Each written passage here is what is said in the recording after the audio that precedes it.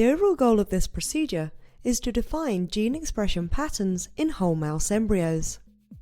This is accomplished by first designing and generating a specific riboprobe for the gene of interest. Next, the embryos are collected and treated for hybridization. Then, the labeled probe is hybridized to the embryos.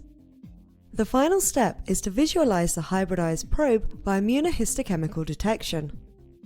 Ultimately, results can be obtained that show gene expression patterns in whole embryos or embryonic sections after imaging with a stereodissecting microscope or a regular bright field microscope. Generally, individuals new to this method will struggle because the in situ hybridization procedures are lengthy and technically demanding. There are multiple important steps that collectively contribute to the quality of the final result.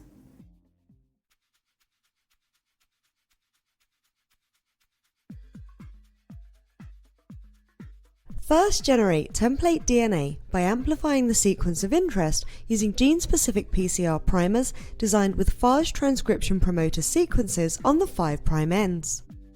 Then, purify the PCR product and include a proteinase K digestion step according to the written protocol. Then, set up an in vitro transcription reaction and incubate at optimal temperature for 2 hours.